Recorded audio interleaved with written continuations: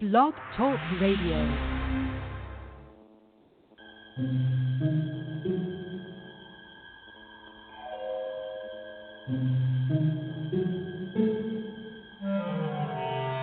Archangels, ghosts, and Bigfoot, oh my. It's just another night for Supernatural Girls. Real stories, real answers to life's biggest supernatural mysteries. And now, for another exciting interview with paranormal experts from this world and others. Here's your host, paranormal researcher Patricia Baker, on the one, the only, Supernatural Girls.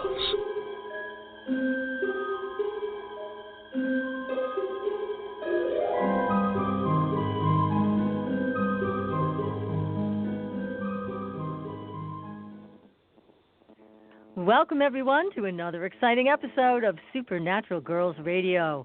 I'm your host, Patricia Baker, and again, I'm here by myself because PK, our lovely Patricia Kirkman, is still sick. I guess this thing is going around, and it is really, really tough to get rid of. So she is at home, she is coughing, and she is unable to join us tonight and share any of her numerology wisdom. But she'll be back next week, and I hope by then she is completely 100% herself.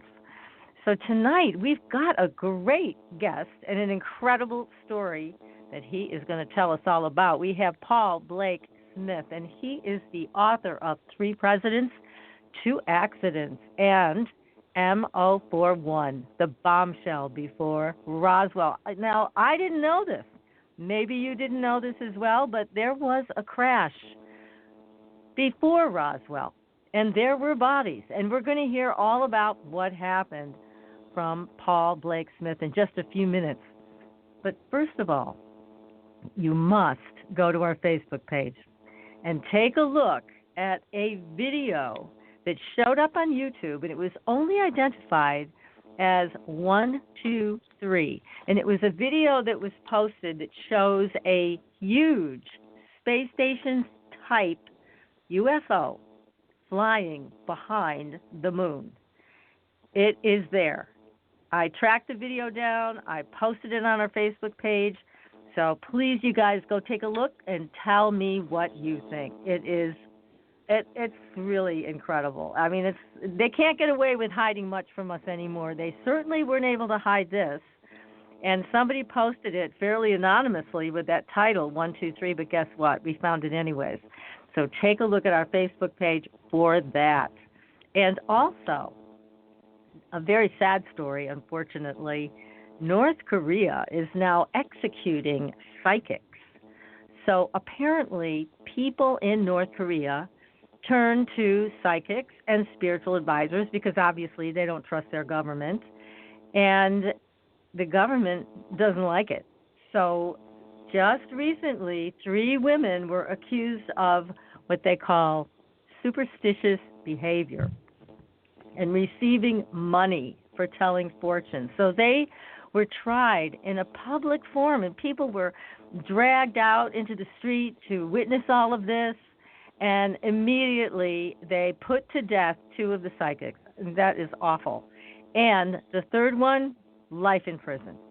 So they are really cracking down on even spiritual connection here with other people. And anybody who is advising people in North Korea psychically or trying to give them some direction, possibly some hope in such a bleak country. And this is what is happening. So it's very sad. That story is also on our Facebook page, as well as many others that we've been posting all week long. We have so much more to talk to you about what is being hidden from us. It's going on. Now, you know the truth. Aliens, ETs, interdimensionals, they're all real. They can't hide it anymore. Too much is coming out. And tonight, you're going to hear about what happened before Roswell. Now, before I introduce Paul Blake Smith to you, just wanted to remind you to support our sponsors. Astridian.love is the new website for our skincare line that we are so happy to have on board with us. It is a mineral-rich line, everything natural, highly concentrated. And if you use the code SUPERNATURAL, they're going to give you 10% off and send you free samples. So be sure to go to astridian.love. That's ASTRIDIAN.love. And you can buy whatever you need for your skin right there on that website. Brand new, and it is a great product line. I use it myself. It's tremendous. So let's get to the meat of this show, because this is something I have really looked forward to, and I'm so grateful that author and expert Paul Blake-Smith is with us tonight, because guess what, everybody? 3 gray aliens crash-landed their small circular spaceship in a field outside of Cape Girardeau on what appears to have been Saturday evening, April 12th, 1941. Now, Paul Blake-Smith is the author, as I mentioned, of 3 Presidents, 2 Accidents, and MO41, the Bombshell before Roswell. Now, Paul was born and raised in the hometown of Cape Girardeau, Missouri. He is the son of a paralegal and an educator who worked in the suspected crash area. Paul is a fan of American history and popular culture, living and working in a city in the western part of the Show Me State. He writes original screenplays and books on largely historical nonfiction subjects, including this follow-up to his original fact-based publication about a massive cover-up by the U.S. government. We know it's going on. So, Paul Blake-Smith, welcome to the show. Well, thanks for having me on. It's a pleasure to be here. Oh, great to have you on. This is news to me, and I thought I knew about all UFO crashes. But this is a great book. I just have to tell everybody, I couldn't put it down. It's very well written. You're a great writer. So tell us how you got involved with this story.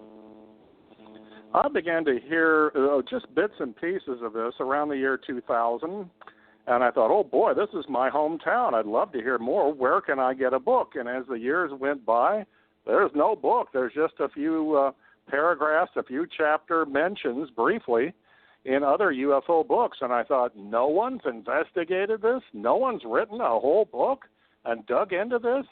Someone needs to do something. So I figured I'm someone. I'm a writer. This is my own hometown. I'd better get on it myself. So I did. That took about 4 or 5 years and wrote this book that got released in 2016. And there was so much response from it and some more stories that came in, and I had extra material. So I created a second book called 3 Presidents, 2 Accidents. Well, this is quite the dramatic story. And again, it's amazing to me this has been very well hidden. And how did you get to dig this stuff up? I mean, what was the first thing that you started looking for to find out all this information? You have all the information in your book. How did you find it? Yeah, deeply frustrating, because it was over about 75 years later.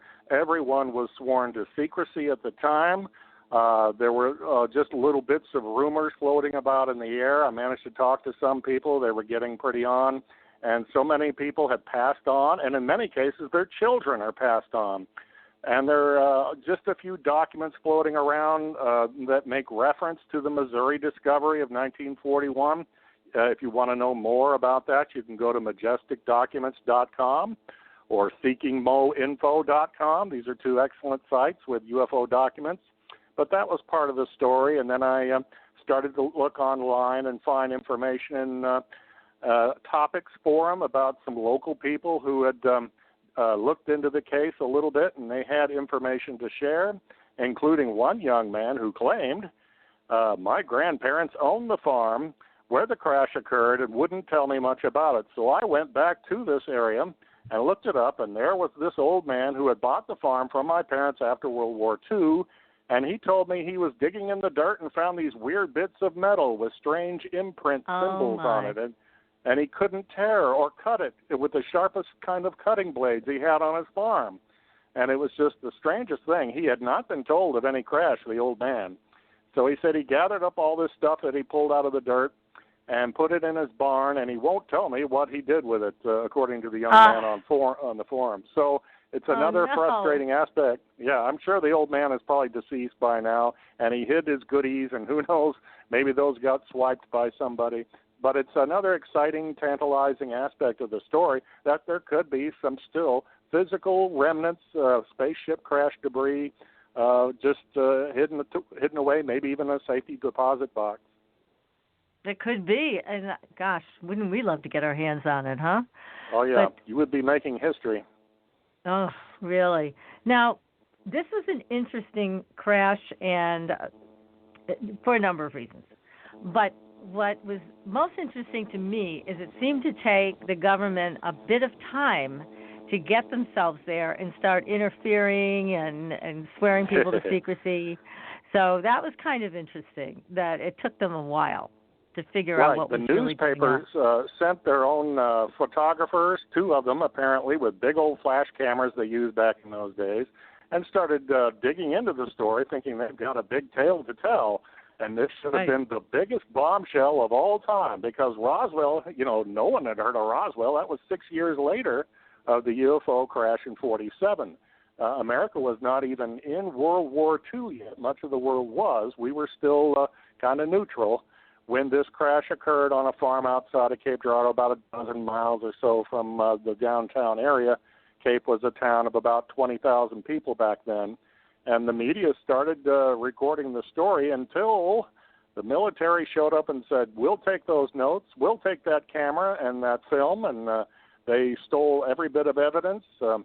A fireman who was there at the scene says the story is true. I know I was there fighting the fire from the crash. I saw the bodies, I saw the spaceship, and I tried to sneak a piece of debris in my pocket, and the Army caught me and forced me to give it back, and they kicked me out of the site. He said they followed me around town and even bugged my telephone afterwards. So this is according to the fireman's grandson. Now, I know anyone can make up a story, but I did find out that someone had abruptly quit the fire department, according to the Cape Girardeau newspapers, shortly after this event, and that was forcing the mayor to find someone new, and it kind of fits with what we know in the official records. But it's just another tantalizing tale that might piece together one of the great stories that many Americans have not heard yet. No, they have not, and it is an incredible story. Now, give us some of the background. Now, obviously, people should go and buy both of your books so they get all of the details. But if you can give the audience some understanding of what happened that night. According to the first narrative of the story, it was from a woman named Charlotte Huffman Mann. She said her grandmother told her the story when she was ill with cancer and got the whole thing out, knowing she was going to die in the early 1980s. She said back in April of 1941, we got a phone call just after dark. Must have been like 8:30, 9 o'clock. And Reverend William Huffman was called out to what they thought was an airplane crash in a farm field about a dozen miles from downtown Cape Girardeau. Well, a member of the Cape Girardeau Police Department in an unmarked car, or an associate of the police, came by and picked Reverend Huffman up, expecting a plane crash with, I'm sorry to say, gruesome body parts, injured people, people seeking spiritual comfort, maybe even the survivors' families showing up, and people being very upset. He knew he was in for a tough night. Right. It was a very religious community back then, very Christian church-going, so they naturally called a Christian pastor to go to this, a pastor to go to the pasture and see what had crashed.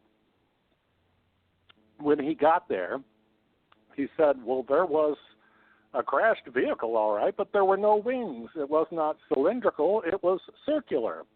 There was no propeller and no engine that we could see. It was just a disc, a silver disc, made of metal, and he said it was cracked open and you could see inside. And while firefighters were extinguishing a blaze in this field, the night of what I feel was April 12th, it's the best guess. I think it's pretty accurate. Other farm people had shown up. The FBI were there. The military eventually showed up.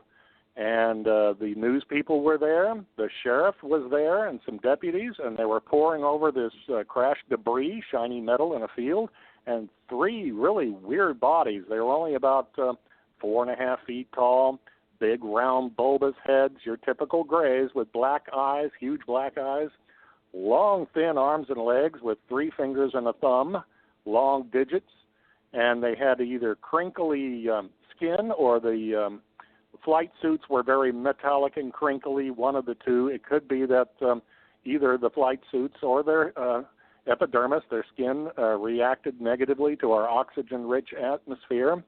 And the creatures, 2 of them were dead, Reverend Huffman said. They were laid out side by side. He was told someone had pulled them from the crash. And a third one was just barely alive. His chest was still breathing. He's still respirating. And as Reverend Huffman knelt down to say some prayers and looked this creature over, he said he made sure not to touch it, but the creature just went still, and it was obviously dead. So these were sentient beings, obviously once alive, now dead, that had crashed in I don't know how to put it otherwise, a circular spaceship from another planet or dimension. And that he got a little peek inside the craft, and there were a couple tiny chairs, some instruments and an instrument panel, gauges and dials, and a strange silver metallic band around the, I guess you would call the ceiling or upper walls of the interior of the craft with weird symbols on them that he'd never seen before and he couldn't describe, almost like hieroglyphics. Well, people were picking up the debris and holding up the bodies, and one photographer got a big flash picture of one of the aliens being propped up. He was, of course, dead. His arms were outstretched, almost like, looky what we found. We're going to make history with this blockbuster news story. Oh, yeah. Unfortunately, the sheriff had a brother who was in a military unit in Sikeston, Missouri, about 30 miles down the road, and they came barreling in, let's say 9:30, 10 o'clock at night, and said, we're taking over. We'll take every bit of evidence. You're not to speak of this ever again. We'll take those notes and all the film, the camera film and the pictures you've taken. They swore each person to secrecy, including Reverend Huffman, and said this did not happen. This was a matter of national security. You're never to talk about this ever. And they really threw a scare into some people. And Reverend Huffman got in his car with his police associate and drove back home. And his family noticed that he was pale and shaken and must have been getting close to midnight. And they said, what's going on? Where have you been? What's happened? So he said, I'm going to tell you this story once, and then I'm never going to speak of it again. And apparently he pretty much lived up to that word. And he told them the whole story, even though he had been sworn to secrecy. And it was so shocking that the family kept it largely hidden, especially away from their grandchildren as the 1950s progressed. Yeah, I mean, this is 1941. I can't even imagine what went through their minds when they saw this craft split open, 3 dead aliens, or 2 dead, 1 dying, and fire around the craft. But it was small. You said the craft was definitely not set up for interstellar travel as we would imagine it. It was like a short burst of, distance. So maybe from a larger ship to Earth, like a scout ship. Probably like a scout ship. Yeah, a scout ship that was probably released, if we want to speculate logically, from a mothership. This was a little scout ship, and it's a question I often get when I'm interviewed. Well, why didn't the aliens come back for their dead cousins or, their spaceship and everything? I don't have an answer for that. They may have been unaware that it crashed, or they didn't care. I've been told in my research by one gentleman that there was a second crash site that night, and I put that in my second book. And it was more like a smaller object, and when I was talking to investigator Linda Moulton-Howe, she was mentioning all of her Roswell research shows that there was a second crash site and it was speculated by the military that as the craft went down in the Nevada or the New Mexico desert, it ejected like a landing pod or an emergency pod, and that crashed. Well, if we can track back from that, that could be what happened in Girardeau, that a kind of emergency pod ejected from the craft as it went down from the upper atmosphere down to Earth, and landed in someone's yard about a mile away from the crash. And so I wasn't able to find out much information on that, but it's a fascinating story all around. It should have been the biggest bombshell news in American history, really, maybe even human history. But the military squelched it right away. They wanted any sort of advantage of a secret weapon that we could use against the Nazis were our main concern, possibly the Japanese. We were not involved in World War II, but it was looking more and more likely every day. And we wanted to get any advantage and keep it a secret away from the Axis powers. So everyone was sworn to secrecy, and only a few people talked. And one of those who did a little bit walked up to Reverend Huffman 2 weeks after the crash and said, I have this photograph of an alien, and I want you to have a copy. And he handed it over, and he sped along his way because there was a real atmosphere of fear in Cape Girardeau in those days. You didn't want to talk because the military told you not to. You didn't want to be unpatriotic, and you wanted to do exactly what your government told you back then. So yeah, Reverend back then, Huffman that's how it was. Yeah, that's right. It was a much different atmosphere, we have to understand, than today, where we're critical of our government, and it turns out they were involved in scandalous cover-ups and conspiracies, and in other cases, UFOs are not. But back then, there was almost nothing to call upon in any precedent for this. You might have read a Buck Rogers comic strip or a comic book that would give you only the faintest creative fiction idea of what outer space would be like, or creatures, and it was considered probably pretty silly business to most adults. It's interesting to know that Cape Girardeau was also the home of a National Guard armory, where many citizens were also part of the Army and had their ears open and on the job around town during the day, and that made you even more afraid.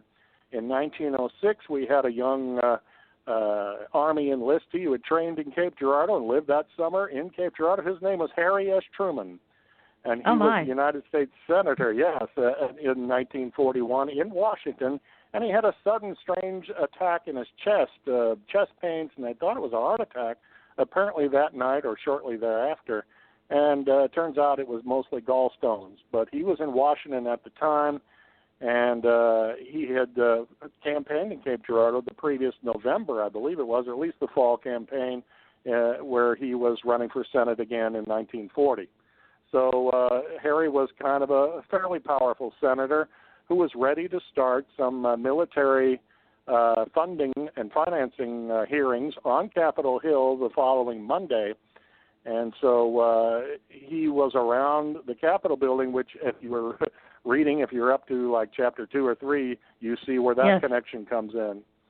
Yes, this is amazing. And again, it is really important to stress the difference in consciousness between now and then. I mean, now people see the government in a lot of ways as the enemy because they've been hiding things from us, especially about UFOs and the technology that they have recovered and reverse engineered, as well as, now here's another thing I want to mention, Paul, and get your take on. There have been a lot of guests on the show that also talk about deals that were made between the aliens and our government so that we could get more technology. And in return, we would allow the aliens or the ETs or whatever you want to call them to take human beings and either abduct them and bring them back or just abduct them. Now, what's your take on that?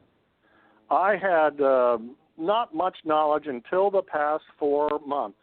That's when I've been doing some extensive, intensive research on a story that's even bigger and more exciting to me than the Cape Girardeau crash, my own hometown, dead aliens, and that's the story of Dwight Eisenhower being called to an air base and speaking to some alien beings face-to-face. And I know that sounds crazy, but the more I dig into this and put together the information, I believe it really did happen. And it's just a huge blockbuster story that seems to have been somewhat dismissed, and it's known in UFO circles. But once again, I'm looking around, where is there a single solid book on this? And I can't find any. So, I'll write it. And that's what I'm up to. I'm getting fairly close to finishing. I hope to get it out later this year. Oh, gosh. Well, we've got to have you back on the show to talk about everything you've discovered because, again, we've had so many guests that have talked about this deal that was made. And, of course, if the government did make a deal like this, there is no way to know how many people they're taking. I mean, there's no way to monitor it. There's no way to stop it.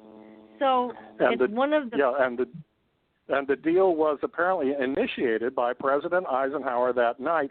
He wanted to secure the safety of this country, and he knew that they had superior technology, and he had to do something. So he created this treaty, and apparently it was not really possible on either side, but a deal was struck. Yes, I believe there was one. I mean, that's what my gut tells me, is that, yeah, that's probably true.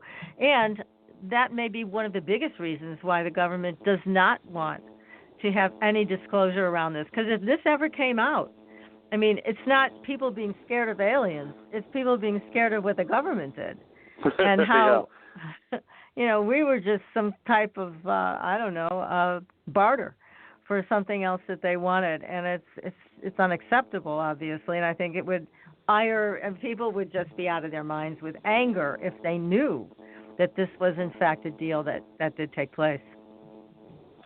George Knapp is the famous TV reporter in Las Vegas who dug into Area 51. He said there's more people I speak to that are afraid of the government than there are being nervous about aliens. That's how scary the government can come cracking down on you if you talk. Exactly. Now, have you had any issues with the government since your books have come out? No, I haven't. No one's bothered me whatsoever. How disappointing, huh? Yeah. Maybe they figure this is water under the dam because it's so old. But it's still very significant. Now, one of the points you bring out in the book about the story is it's kind of like this was a rehearsal, this whole thing that happened in 41, because when Roswell happened, they pretty much had their act together and moved in a lot quicker. That's correct. And where did they learn to do this? What could they have used as a template? I can't guess. Could it have been the Army response and the cover-up in Cape Girardeau 6 years earlier, causing them to create this intelligence team that would move in and box up stuff and hush witnesses and threaten people, frankly. It was kind of an ugly business, but they did it in the name of national security to keep people from panicking and maybe even affecting the stock market, and nobody wanted another Wall Street crash. Yeah, and with Roswell, I mean, from the people we've had on the show that investigated the threats that occurred, they even threatened grandchildren of people that had witnessed the Roswell situation and threatened to kill their whole families. I mean, they seemed to get nastier, much nastier than they were in 1941. We lose track sometimes that we live in a democratic society, that the people we send to Washington and into our military represent us and work for us, and this is how they treat us? It's pretty outrageous. Right. I think so. I think it's absolutely horrible, and it seems to be going on today, not to the same degree. I think they probably must have had a change of MO, because everybody's got a cell phone, so everybody can take photographs, video, do recordings, and they can't stop it. And there's so many places to post it. So what I heard from an FBI agent was they've just decided not to comment, when these things come out. Whether it is or it isn't, no comment, they feel, is the best they can do with all this information leaking out everywhere. That's true, but the waters have been muddied by the fact you can doctor up videos now and make fakes, and sometimes these fraudulent videos go online and you can pick them apart. There's CGI and stuff like that, so you don't know what's real and what's not anymore. And that's a shame. I really don't like that when people decide that they're going to use their talents with Photoshop and try to give us something that's not real. I mean, keep it out of there. Go make your own movie and call it fiction, but let the people that really want to know the truth see real photos and real videos. And I do think there's a bunch of them out there. I've seen a lot of them that, again, it's really hard to tell when people are masters at CGI, but I think there are a number of things out there that are the real deal. And it's great. It's great when they come out. I agree. So we're going to take a very short commercial break, and then we're going to come back because there's so much more to this story. And I want you to be able to share so much more with everybody. And again, I'm so happy you're here. This is an amazing occurrence, and it's time everybody learned about it. So stay tuned, everybody. You're listening to Supernatural Girls Radio. We'll be right back.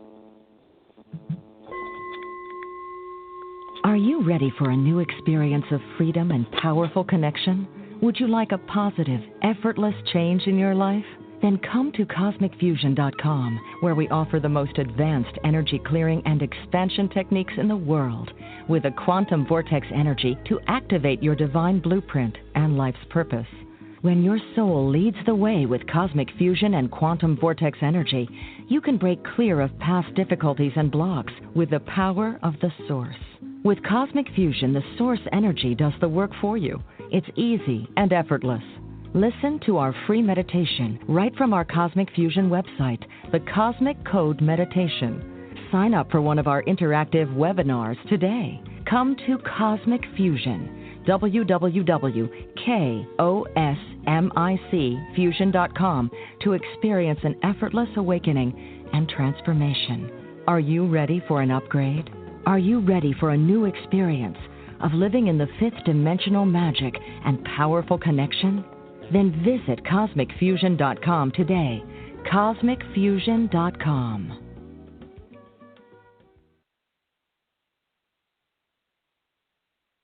Your property tax bill. Have you seen it lately? It's frightening. Your property taxes are going up while your home value is going down. It's time to fight back and win. For the real truth about the property tax system, get attorney Pat Quintilian's book, Are You Getting Screwed on Your Property Taxes? How to Find Out and How to Fix It. Attorney Quintilian answers all your questions and gives you the facts you need to fight a property tax bill that is spiraling out of control. You'll also read about what happens to property owners who don't check their property records, only to find out too late they're taxed on square footage, fixtures, and even buildings that they don't own. Is this happening to you? Learn your rights. Buy attorney Pat Quintilian's book today. Are You Getting Screwed on Your Property Taxes? How to Find Out and How to Fix It. Available on Amazon.com. Pure essential oils, specialized minerals, and a revolutionary anti-aging technology. Astridian combines the best of all scientifically proven ingredients in easy-to-use creams, lotions, and concentrated serums. Astridian's advanced line of products take your skin to a new level of being healthy and beautiful. We offer a variety of collections that address all your skin concerns.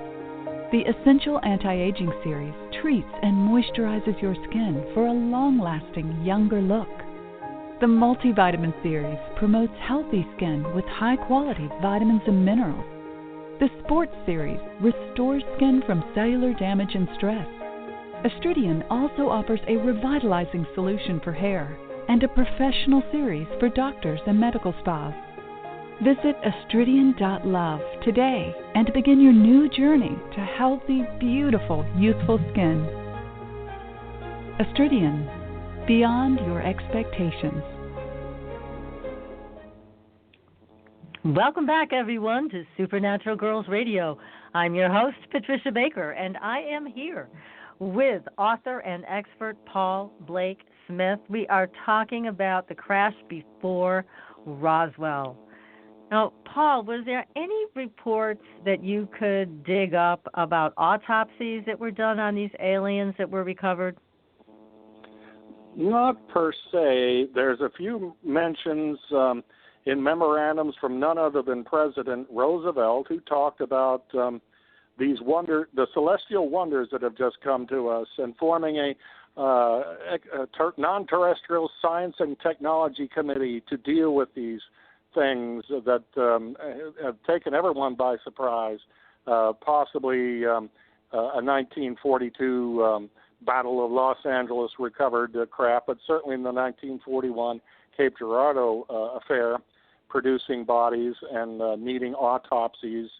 And quite frequently in UFO documents, according to Lane Wood, Dr. Vannevar Bush was a top scientist, most respected and revered by everyone, especially FDR.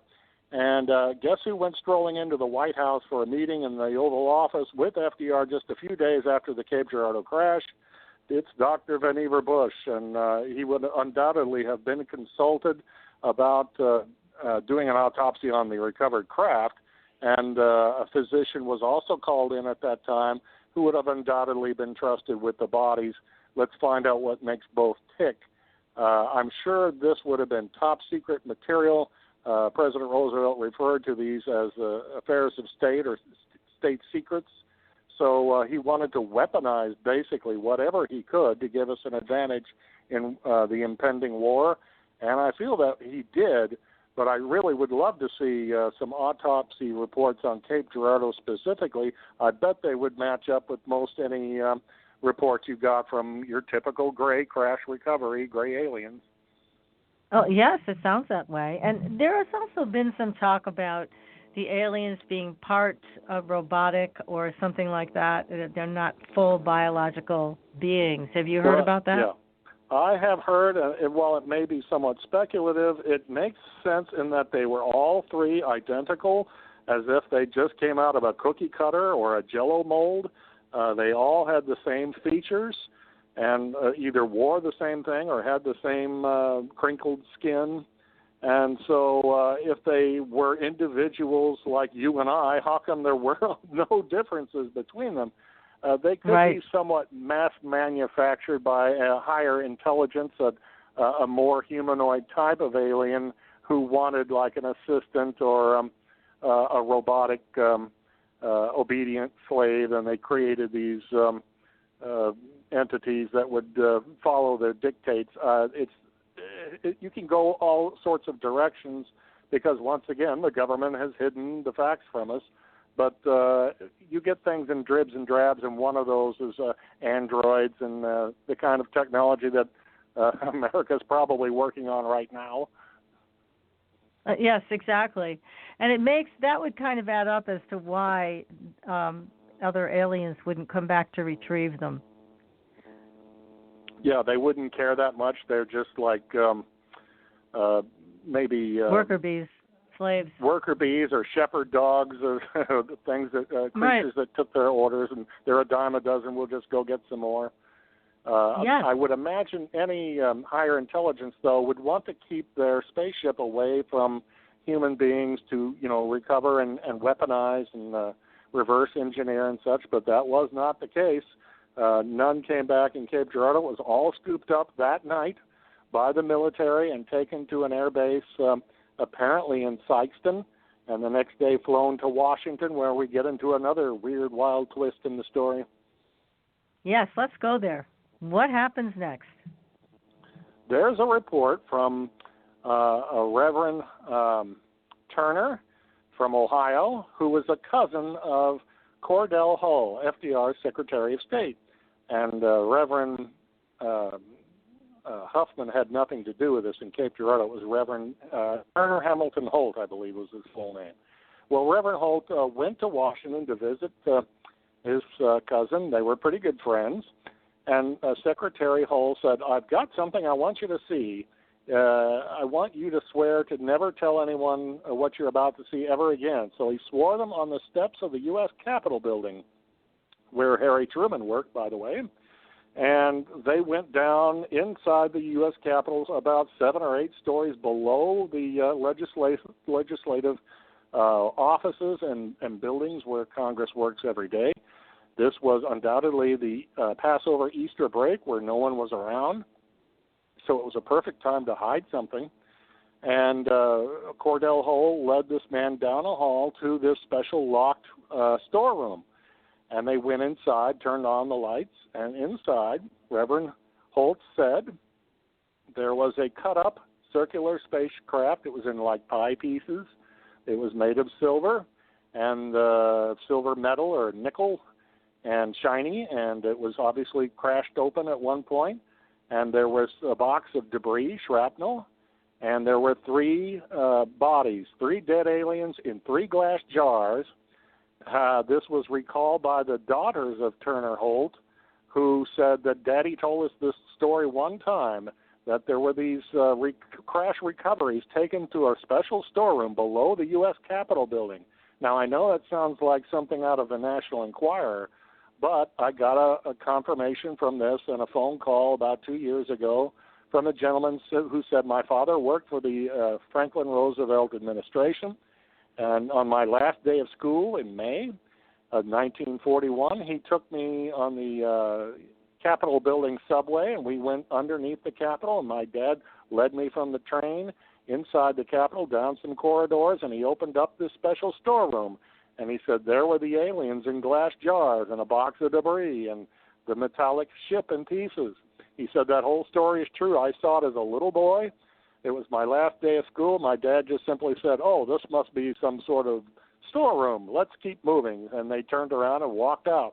But this man wanted me to know that the story is wild, but it is true.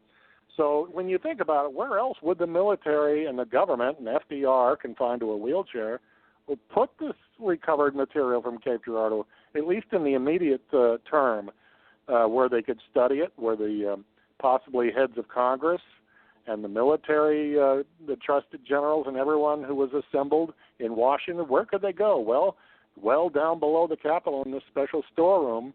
I was even watching a 60 Minutes piece a few years ago, and they went down in this several floors below the Capitol building and with their camera and showed this special storeroom down the hall with the door shut. And they said, we're not allowed to film anymore. But I thought, boy, this sounds just like the Cape Girardeau story, and they put at least some of what they learned on the air on 60 Minutes. It was a report about 9/11 and where that report was stored in a special storeroom down below the Capitol where supposedly other secrets were being held. So that report from a few years ago, it was most fascinating. And then the story of the man who called me said his father worked for FDR. And so there's that story, and it meshes with the daughters of Turner Holt, who said that our daddy told us this crashed aliens. He did not say specifically where they were from, but obviously 3 dead aliens, a crashed ship, it all matches up with Cape Girardeau, and it shows you the mindset at the time of, goodness, where do we take this? So at one point I'm sure they had to decide what lab do we take the bodies to, what hospital morgue do we autopsy them, where do we take this wreckage where people with aeroflight technology and engineering skills can reverse engineer this. So it didn't stay there probably too long. I'm imagining maybe a month or two below the Capitol building. But FDR was keen to get this stuff examined so we could learn all that we could and get it for our advantage, these celestial wonders, as he called them. And Linda Moulton Howe has done good work in showing how the atomic propulsion device within the Cape Girardeau crash was applied to the atom bomb and could have changed history. I know it sounds wild, but it could have perfected the workings, the building of the atom bomb, which was going on at the time, and suddenly it was all finished under the watchful eye of Dr. Vannevar Bush. So the Cape Girardeau crash may have helped win World War II for America, and supposedly could be applied to other weapons to this day. And I'll just throw this in. We hear so many times of UFOs hovering over missile bases and possibly even somehow disarming missiles. Well, if we stole their technology and put it into atomic missiles, this is how they know to go there and disable or disarm the weapons that we copied off of what they had in the Cape Girardeau UFO crash.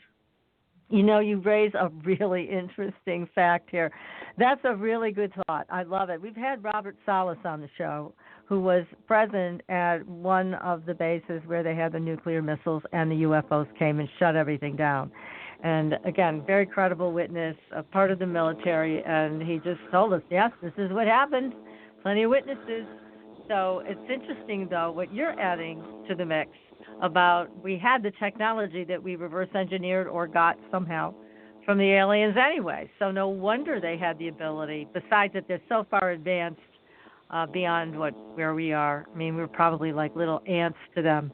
But it's just amazing how you're bringing, with your books and with your research, lots more pieces of the puzzle together. Good work, Paul. This is great stuff. I love it. I thank you. And there's even another quick story I could mention that ties this in.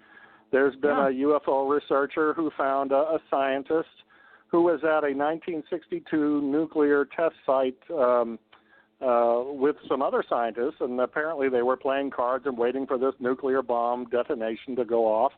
And they started talking about, well, where we get this great advances in nuclear atomic weapons. And he said, oh, we stole it from a spaceship crash in the Ozarks in 1941. And they said, what? Yeah, and he said, it happened in the Ozarks, and we got this technology and we copied it.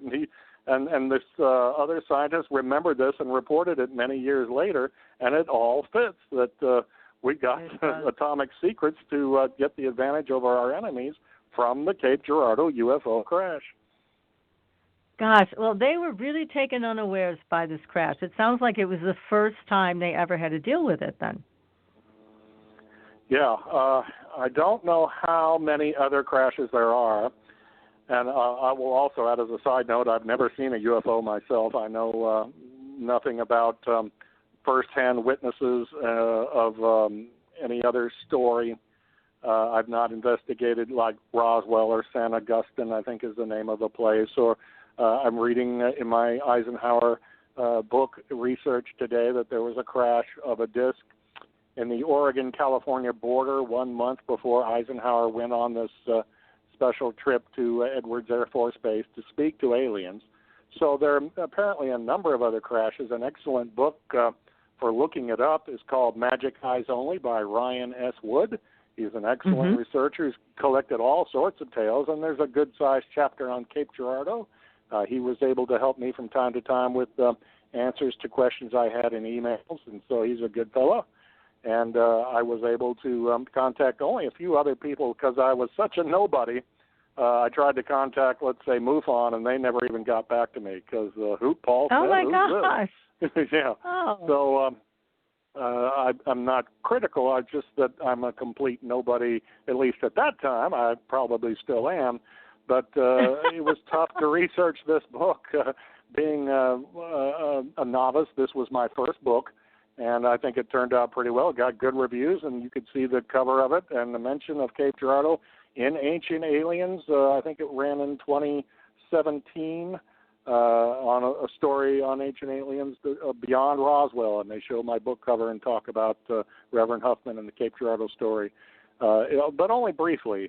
And it made a sci-fi channel called The Secret Evidence That We're Not Alone. That came out in 2002. And it showed about 2 minutes worth of the Reverend Huffman story in Cape Girardeau. But otherwise, we've kind of gone under the radar. It seems pretty unfair that Roswell stole all our thunder. But if I have my way, we'll get it out there one of these days on a massive scale. Well, as I said, I loved reading your book. It is a very exciting book to read. There's so many more details to all of this, and it's the way you wrote about these people. They really come to life. And I was trying to place myself in that time and that place and imagine what it would have been like, because it's not like it is today where people see, UFOs all over YouTube and they're hearing about it on Ancient Aliens or on Project Blue Book. I mean, it didn't have anywhere near the media exposure that we have now. So this must have been really shocking to those people back then. Really shocking. That's the impression I got. Now, I try to cram every bit of fact I can get into my books and the resource or source where I got it, and make sure people get their money's worth when they get a copy, which you still can from Argus Publishing, argusbooks.com. But when I find in talking to the people in Cape Girardeau today, some of them have heard the story and say, oh, yeah, I remember that. I saw it on something or heard it somewhere. And other people are still, to this day, like, what? A crash? What do you mean, a UFO crash here on Cape Girardeau? They have no clue. If you go to Cape Girardeau, there's no museum, there's no gift shop, there's no bus tour. I think I have a general idea where the crash site is, but I'm not going to tell anyone. I could be wrong. But it's these farms that are out in the countryside. These are people's private homes and businesses. They are not fenced in. We can't have a bunch of people, maybe hundreds or thousands of people showing up demanding to see the evidence or start digging up your yard or your crops. That wouldn't be fun. You just can't. So we can't reveal, even if we knew the exact site. It would be a disaster for the people who live and work there every day. So this is another reason why Cape Girardeau just has to kind of take a back seat to Roswell, even though we came first, I tell you. You sure did, and I'm so glad that you're giving out all of this information because it's a part of our history. And again, we're talking about, well, you talk about ancient aliens. I mean, they keep saying that this is where we come from. We come from them, and they've been here for longer than we can even imagine. So, and I think all of that is really true. But one other thing that came out in your investigation is the fact that people looked inside the ship and they did see strange markings, which they described as looking like hieroglyphics. And you hear that a lot from witnesses, right, in other crash sites like Roswell, and other abductees talk about it.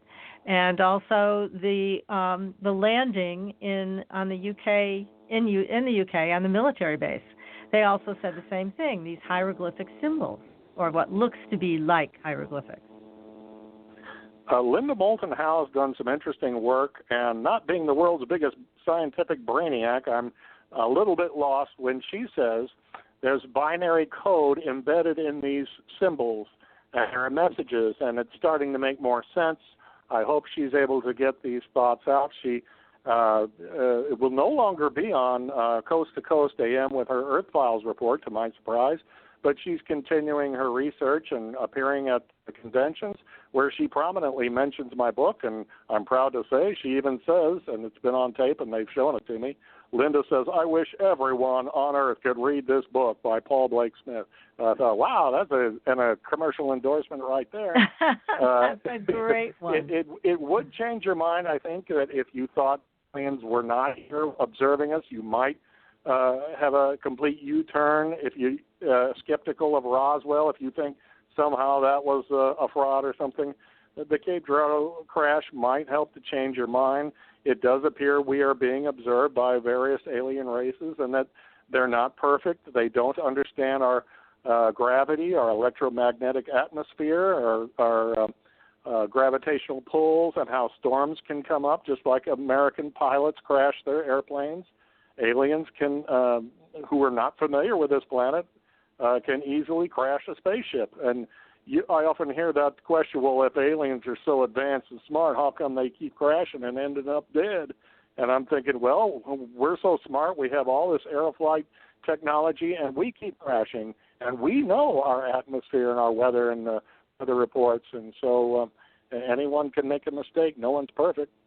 Well, that's right. And I've heard that, too, from a lot of skeptics, the same thing. And I think you brought up a great answer to that.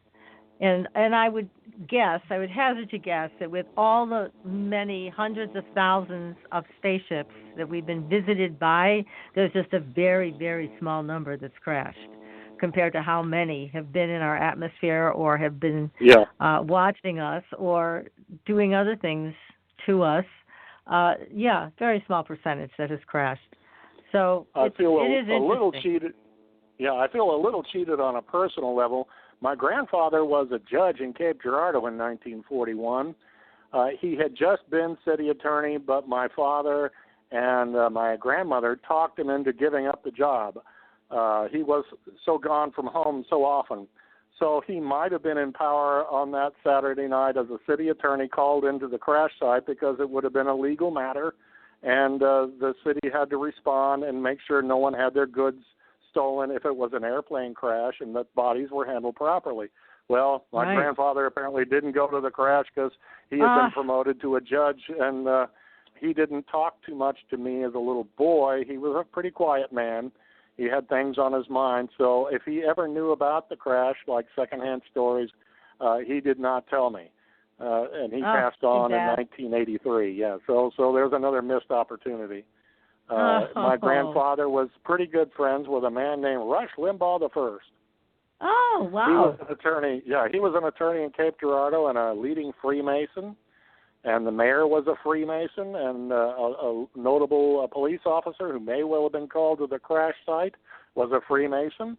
and they keep secrets all the time, and they're interested in astronomy and beyond the stars. I saw a little bit on this on TV just this weekend, and so this was another factor in keeping the story squelched and keeping it away from the public. It would have been a state secret, but certainly a local secret, maybe shared among Freemasons, but no one in my family was a Freemason, so there's another strike against us. Harry Truman was the Grand Master Freemason for the state of Missouri, and he came to Cape Girardeau in later years and even mentioned how he attended a Masonic meeting, I believe, in Cape. So there's all kinds of roundabout connections. FDR was the president, and he was a 33rd degree Freemason, and so was the vice president at the time, Henry Wallace, who had his office every day at the U.S. Capitol building. So there's all kinds of crazy government connections. J. Edgar Hoover was a Freemason, and the FBI opened an office in Cape just 1 month before the crash. And so they would have been interested in learning everything, but keeping the secret for 2 or 3 different levels. Yes. Oh, my goodness. Wow. Listen to all these connections. It's amazing when you got into this story how many more connections you discovered right within your own family. Yeah. I was told, I never have been able to get through to Rush. I sent him an email, didn't get anything in response. But I've been told he has said he heard the story when he was in high school in the 1960s, and someone called in his radio show, his national show, around 2006 or so, and said, "Rush, what's up with this spaceship crashing in your own hometown?" And instead of dismissing this guy and calling him a kook and saying, "Get out of here," he said, "There's more to this story than you might think." And he moved on to the next caller. Yeah, wow. He's got a conservative listenership. They probably didn't want him to upset the conservatives listening, but he did not dismiss it. In fact, he just kind of lended credence to it, and he has not spoken out since. He might have learned the story from his father, who was a World War II pilot and a Korean pilot, a very brave man, or his grandfather, who was a leading Freemason and an attorney in town and knew plenty of secrets. So Rush, the broadcaster, was my Little League umpire when I was a boy in Cape Girardeau. He called the balls and strikes in a park. Yeah, he was an obscure radio broadcaster named Rusty Limbaugh, or even Rusty Saw was his radio name back in those days. And he had to pick up extra money. Yeah, he picked up extra money by umpiring ball games in the park when I was about 10 or 11 years old. So I've never met Rush. I'd like to talk to him, but I bet even he, to this day, won't let out what he knows. He has a conservative reputation to keep intact, and if he wanted to talk about it, he probably would.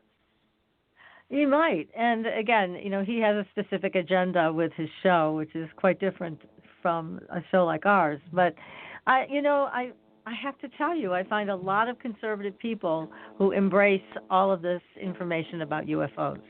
And the fact that this has been held from us for so many years. Yeah, conservatives generally distrustful of the government and don't like being covered up or, lied to or such. At least when I was growing up, less government was better. And so there's a natural reaction to stories that FDR, a liberal president, ordered this hushed up from the beginning. But I emphasize once again, no one wanted another 1929 Wall Street crash, that if people thought aliens were about to invade or land here and try to speak to us and ended up revered or worshipped as gods, and people would quit their religion, maybe quit their job, and suddenly the economy, which was very fragile in 1941, would come crashing down. And it was another excellent reason to keep this as a matter of secret state affairs. Well, yes, I think back then, they had their reasons, and now they would say they have other reasons. But it's gotten fairly tiresome for those of us who have watched UFOs in the sky or been abducted and then have had the government follow them around and, have black helicopters over their homes. It's that part of it's very troubling that people have been harassed to a great degree. And these are people, I know some of them personally, they've offered to give the government all the information they have, and instead the government prefers to spy on them.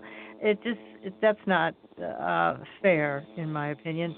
And especially when people want to help. They want to say, look, this is what we learned, this is what we discovered, but they're not treated fairly. And I find that to be terrible. That's terrible treatment by our government to our people here. I have no arguments, but you keep hearing these whispers and rumors that at some point the government's going to unload all the facts and tell us. And they thought maybe Obama would do that in his final days in office, or that Trump would blurt something out. But we go by year, and we get very little. There was some Pentagon information. I think it came out a couple of years ago, and it almost just seemed to get lost, admitting that, UFOs are here, and they were monitoring the situation. Some sort of story like that made the news, and it just didn't make much of a splash with all of the Trump scandals going on in the headlines. Yeah, that made everything take a back seat, unfortunately. However, there are more pieces of information, more breadcrumbs that they are handing out. So it almost seems like they want people to become comfortable with the concept. And, there's a lot being said about Tom DeLonge and his involvement in UFOs. A lot of people in the UFO community and just the paranormal community think he's a paid shill or just a shill, because why would the government divulge information to him? He's a rock and roll guy. And so, there are people that speculate, and that's all we can do at this point, but are speculating that the government made a bad choice and thought that Tom DeLonge would kind of be the Pied Piper, leading people along to learn about UFOs being real. And instead, it's unleashed a fury of criticism towards DeLonge and also the government. So that was a poor choice. I agree with them on that side, if that is what, in fact, has been going on. So there's a lot of spider webs here, and it's a very uncomfortable feeling. There are people also that have been doing research on this for years, like you, and feel that the government's now up against some type of a deadline where the agreements they've had with certain AT races have said to them, you have to divulge this by a certain time. Have you heard anything about that? I have not. I have heard that it's quite possible Julian Assange was behind the leaking of the Skinny Bob video, that this was a government secret, this alien, this footage from Russia from 1942 of an alien that matches exactly the description of the 41 Cape Girardeau affair, and that this was leaked onto the government by someone who had hacked the account of government files. I don't know if that's true. It's a little bit over my pay grade or my head what is hacked or leaked, but, we live in a day where all kinds of stuff is getting hacked and government secrets to spell out one way or another. I'm still optimistic that somebody will hack a government file and leak it, or the government will just release and admit, we've been holding on to this, and we just didn't want you to panic, but, we're being observed, we're being visited, there's nothing you can do about it, just go about your business is what I would probably tell people. I think yes, that would be a wonderful, happy day. But also, we recently had Robert Bigelow on 60 Minutes talking about aliens and saying, they're right under our noses. I think it caught the interviewer quite by surprise. And I was thrilled. I thought, good for you, Mr. Bigelow. And so clearly he knows a lot about this. He's been collecting all kinds of artifacts and also information. So he would know. And he came right out and said, I want more from him. Yeah, I want more from him and more from Tom DeLonge. I give them points for trying, but I'd like to see more. I'd like to see more tangible results, photos, film footage, actual documents, autopsy reports and such. In my book, I mention a man named Thomas Cantwell who served in the CIC, the Counterintelligence Corps for the Army, and he was dying of cancer in the late 1990s. I don't know if you got up to this point in my book, but he released a typed-up statement. He, God bless him, he was in his 90s, and he's dying of cancer, and he said, I want to tell you some secrets that I learned in my time in government, and the first thing he wanted to get off his chest was, quote, there was an Aerodyne that crashed in southern Missouri in 1941. It was the first thing he wanted to tell people was the Cape Girardeau UFO crash. Yeah. Look at that. So, yeah, and he said there was a second vehicle that was recovered intact, just like abandoned in Louisiana, and I've heard that rumor before. And he said that the government knew about these things. Yeah, he said the Army, and I worked later for the CIA, Mr. Cantwell said, and that we kept these things from the public and investigated and tried to turn them into top flight new engineering by humans, and with limited success, turning them into planes that could deliver weapons with the atomic propulsion device recovered from Cape Girardeau. So there's just another claim. It's hard to prove absolutely, but the typed up report is once again amongst the documents collected by Ryan Wood at his majesticdocuments.com. I just thought it was quite interesting that the first thing he wanted to tell people was about the Missouri spaceship crash of 1941. Yeah, that is pretty incredible. Oh, my goodness.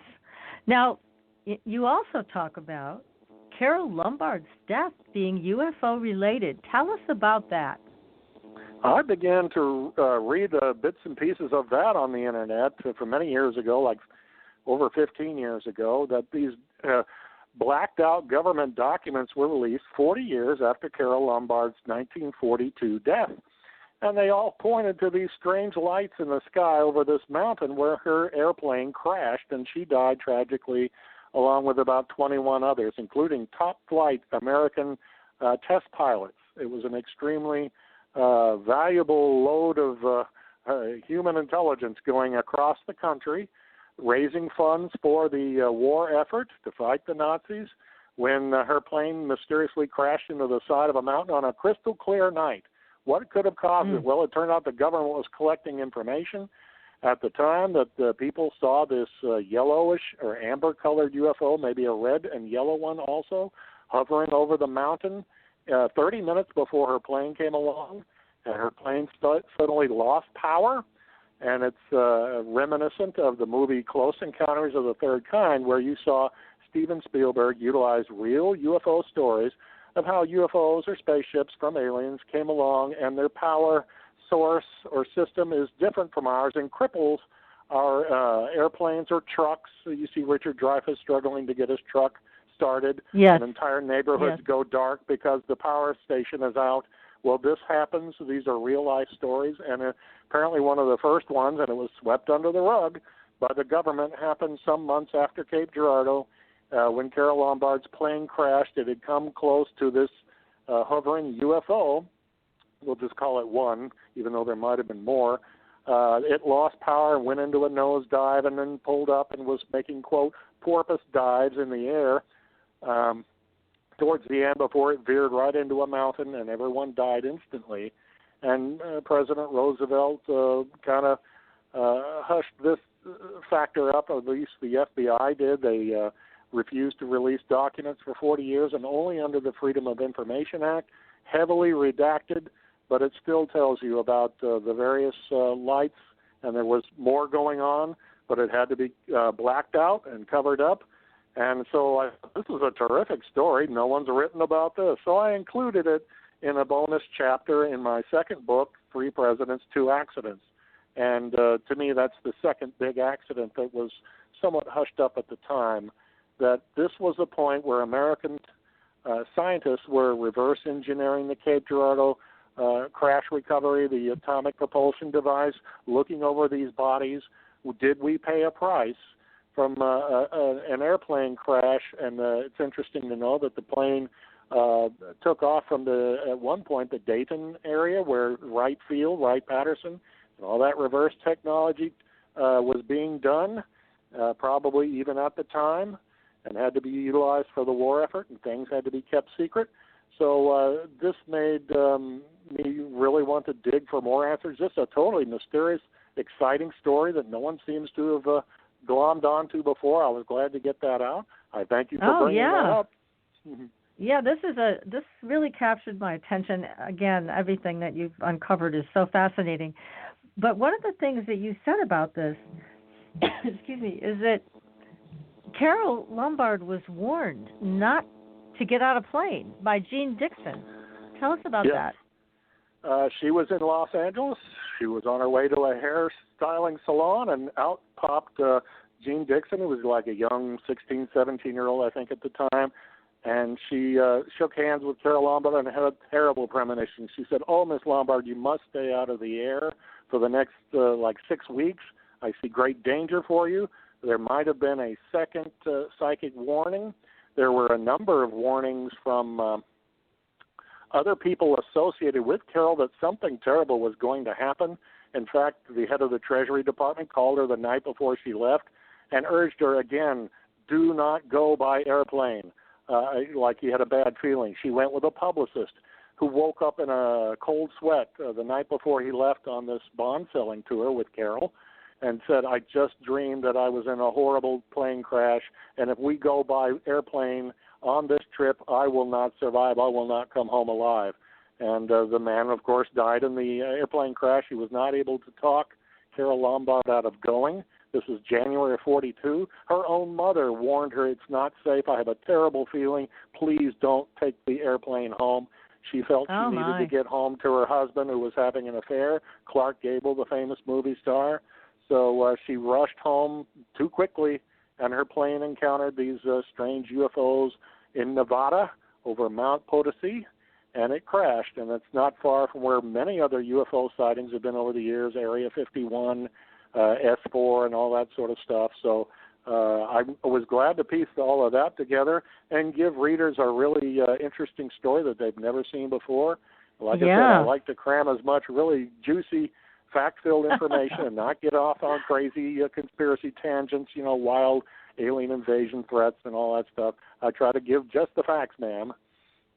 Well, you do a great job. I've said that even right at the beginning of the show. The books that you have written are excellent. And now let me ask you some questions just to speculate, because you said these documents about this plane crash were heavily redacted. Any speculation on what they're trying to cover up? Probably the fact that this alien craft, this is just speculation on my part, the craft got too close to this TWA flight and crippled, maybe accidentally, its power system and caused it to crash. The crash was officially blamed on pilot error, even though the pilots had taken off from Las Vegas many times, and the pilot who was in charge had just taken off from Las Vegas the week before, and they knew all about the dangerous mountain ranges. The mountains were even snow-capped. It was January of 1942, and on a crystal clear night, it should have been plain as the nose on their faces, and yet they smashed head-on at over 220 miles per hour. Everyone killed instantly, and there's no telling what they had on board, but they had a tremendous load of mail, and these airline pilots these Army training pilots were on board with their gear and their equipment, and it was a huge mess. It was a national tragedy. People remembered where they were when they heard this news. It's a little lost to us now, 75 or more years later, but there were so many people that warned Carole Lombard, including a stagehand who said, I had a dream the night before that her plane crashed into a mountain, and he even got the letters P-O-T, something S, something I, spelled out in the sky, and of course she died on Mount Potosi. So my goodness. It's one eerie tale after another on the Lombard story. Even a 1935 magazine article showed her learning to fly an airplane and hitting the side of a mountain peak, and the mountain says "ouch" in response. And this was years before she died. I mean, it's just uncanny. How some of these strange. things. Yeah. That is very strange. Well, it's a good lesson to everybody. When you're getting these warning signs, pay attention. Yeah, so many really. people, and probably more than we even know, were connected on some level and knew that this was a bad thing for her to do. But as you mentioned, she was desperate to get home to her husband, who was having an affair with, who was it, Lana Turner or somebody at the time? That's correct, yeah. And she thought she needed to save her marriage. And she also wanted to go to a premiere of a movie called To Be or Not to Be that she starred in, ironic there, in which she says during the course of the movie, what could happen on an airplane? And so that had to be cut from the final movie. Yeah, they released the movie later, and it was a big smash hit. It's a comedy classic. But they cut out the part where Carole Lombard blurts out, well, what could happen in an airplane? It's just so sad. It just seemed like one of those things that were meant to be, I guess. Yeah, it's terribly sad. It sounds like, again, though, she was given a lot of choices, a lot of attempts to choose differently, and she just didn't. And it's so unusual that there were so many trained pilots on that flight. So That's right. couldn't have been pilot error. I mean, I know these things can happen quickly. However, there were so many pilots on board. What were there? 15 of them were pilots, right? They had to have seen this thing outside the window and like, oh, let's go take a look or something. And it gets even more mysterious when you know that Carole Lombard and Clark Gable visited President Roosevelt in the White House some months after the Cape Girardeau crash, and they went into the U.S. Capitol building. Gable was a Freemason, and so was President Roosevelt. They were able to huddle over these secrets if they wanted to. I don't know if they did about Cape Girardeau. And then this terrible event happened where Gable lost his wife in a UFO-related crash. The whole thing was just totally spooky. It would make a movie, and people would not believe this if they saw this today, I don't think. But these are facts. Yes, exactly. And I wonder, I mean, when they saw those lights, they must have had some communication, radio communication, with the control towers, yes? I mean, they were probably within range of at least communicating what they were seeing and asking, what is this that we're looking at?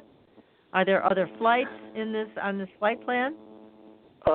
What I've read, there is a summary of the communication between the radio tower and the plane, and it did not include this. It stopped at some point. They just left Las Vegas. They were about 33 miles outside of Vegas. Carole Lombard was 33. It was TWA Flight 3 on a Douglas DC-3, and she was in a party of 3, and it just goes on and on. It was just so spooky. Carole Lombard's mother was into numerology, and the whole thing spooked her even before they got on the plane. She flipped a coin and said, no, don't get on this plane. And Carole won the coin flip and decided, yeah, we're getting on this plane. We're going straight home. And so it cost her and her mother and a press agent and these other men on the flight their lives, sadly.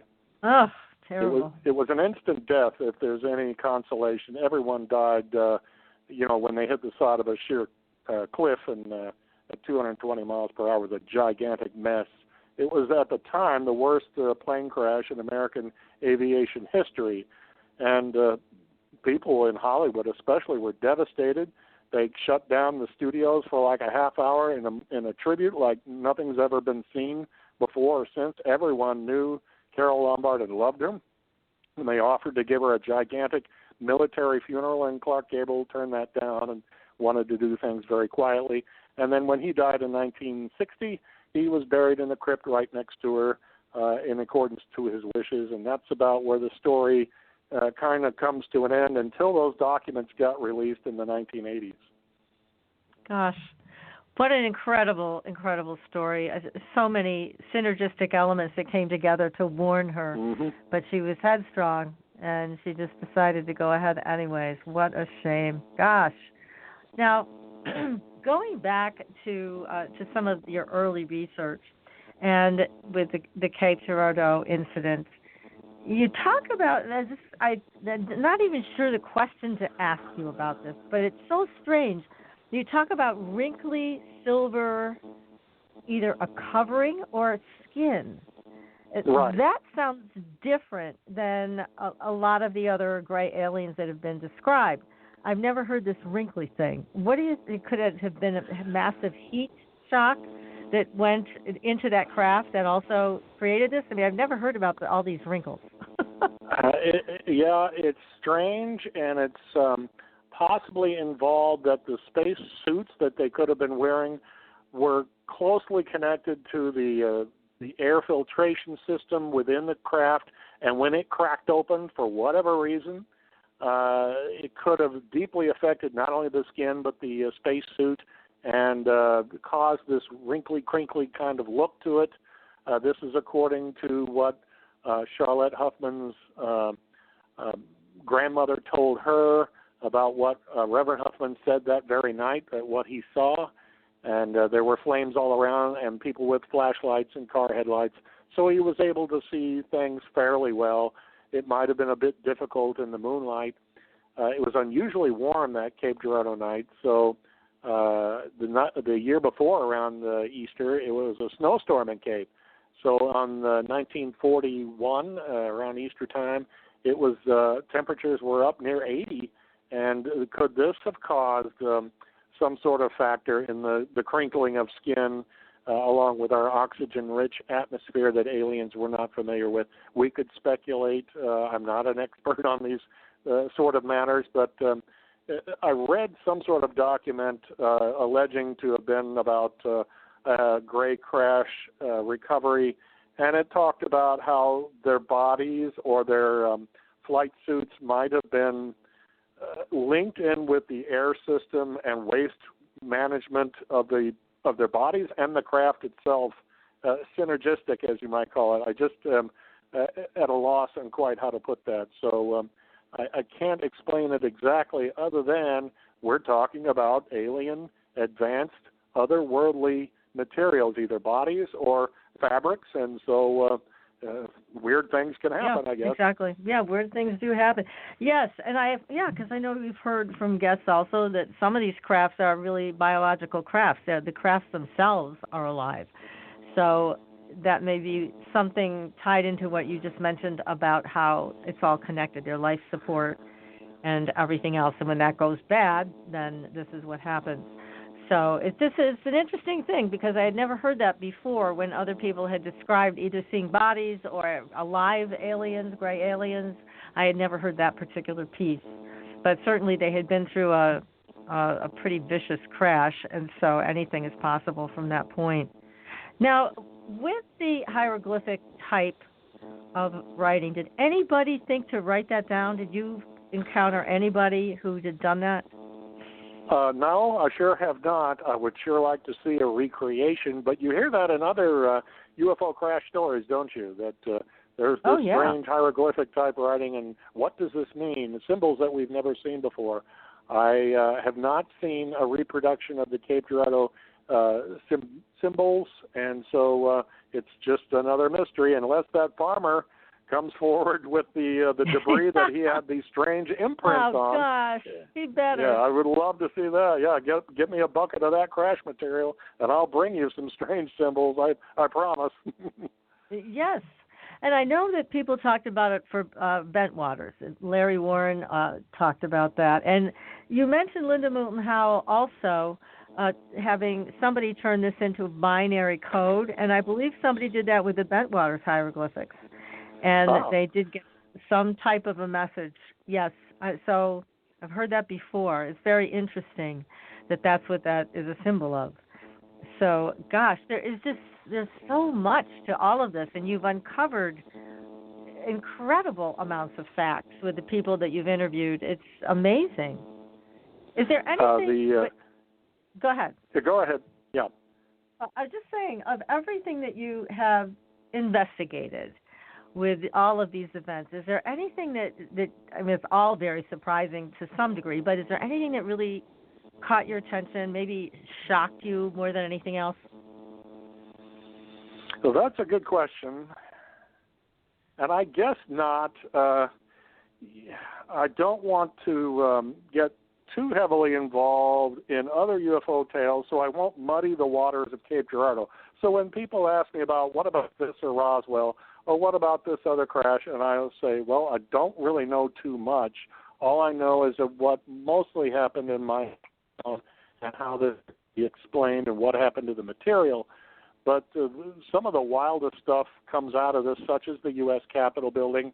And how about the Willy Wonka story? Did you get to that part of the book? No, please tell us that story. Roald Dahl wrote the book Willy Wonka in later years after 41.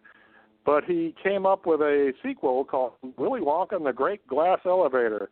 It's about the president authorizing a spaceship tour of outer space for Willy Wonka and Charlie Bucket.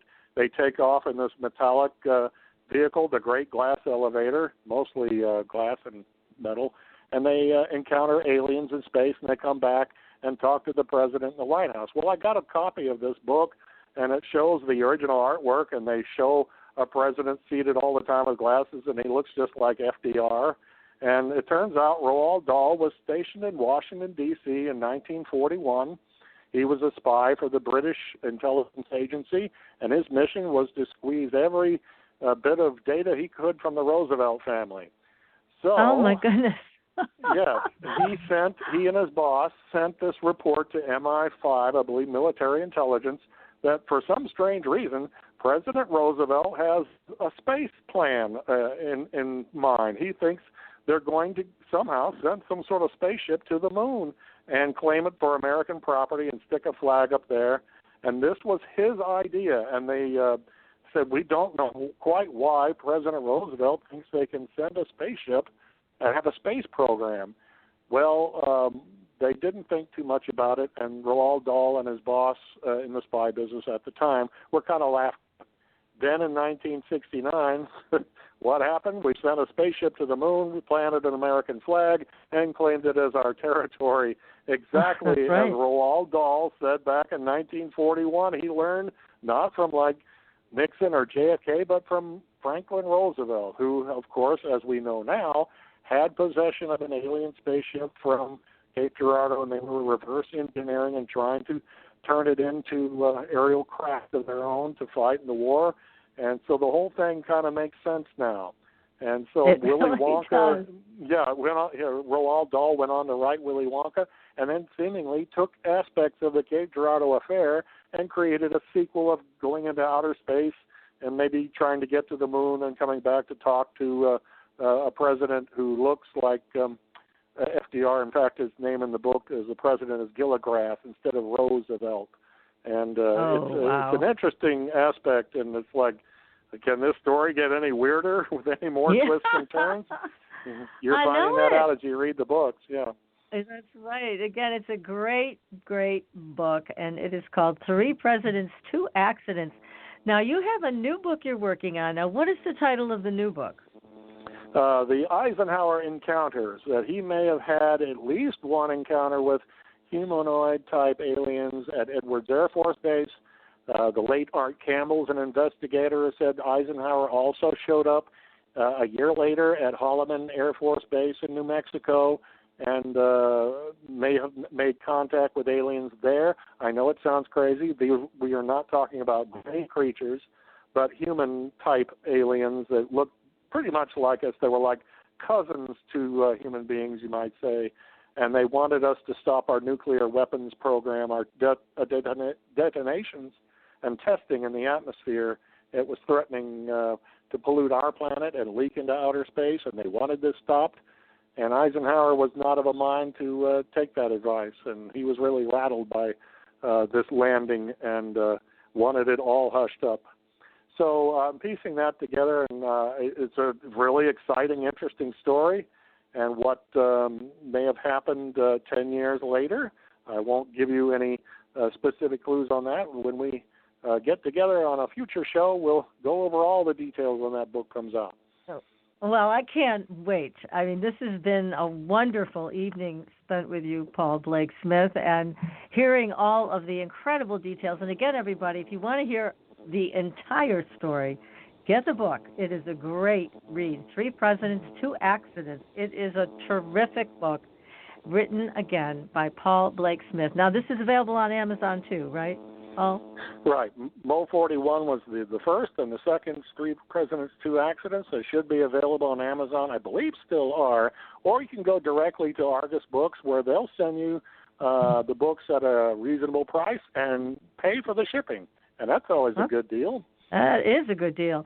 Now, what if somebody has resurrected something you might be interested in about Cape Girardeau and the alien craft that crashed in 1941? How do they get a hold of you?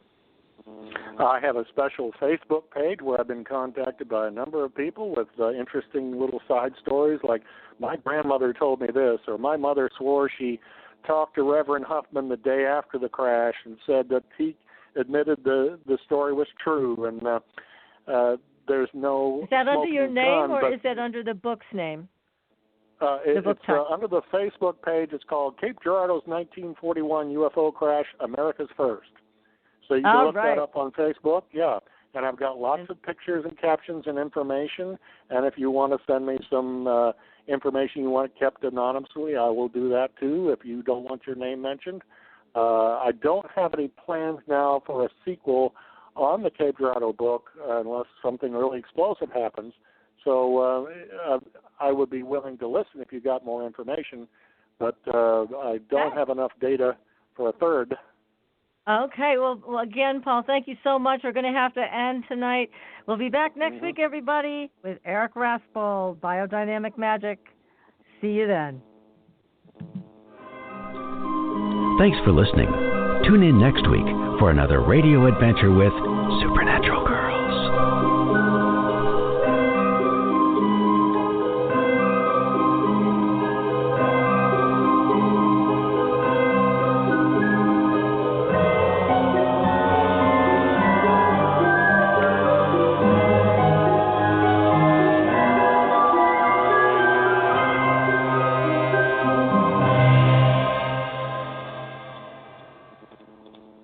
Hey, Paul, thank you so much. That was a great interview. Thank you. I thank you for having me on. As I always ask people, I hope I didn't talk too much. You were great. You're a great guest. And you know what I wanted to mention? I don't know if you've got a publisher yet for your new book. Do you have one? It will probably still be with Argus. I deal with them, and they're like a mid-sized publisher. I wish I could get a really big-time book deal, but I'll take whatever I can get.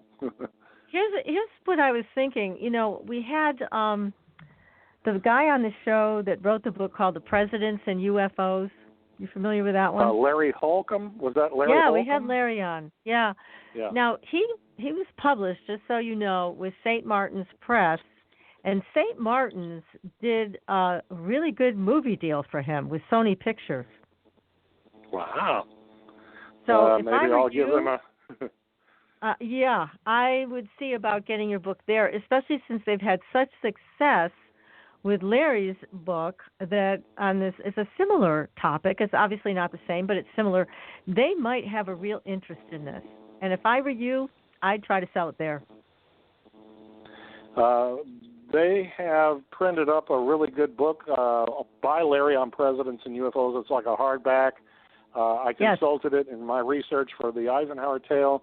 And so it is impressive, and I think I will look into that. Couldn't hurt to try.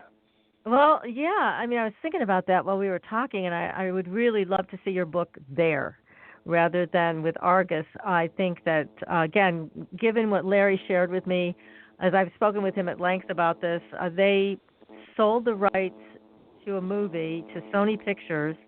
Sony optioned it, basically, was what they did. They optioned it 3 times.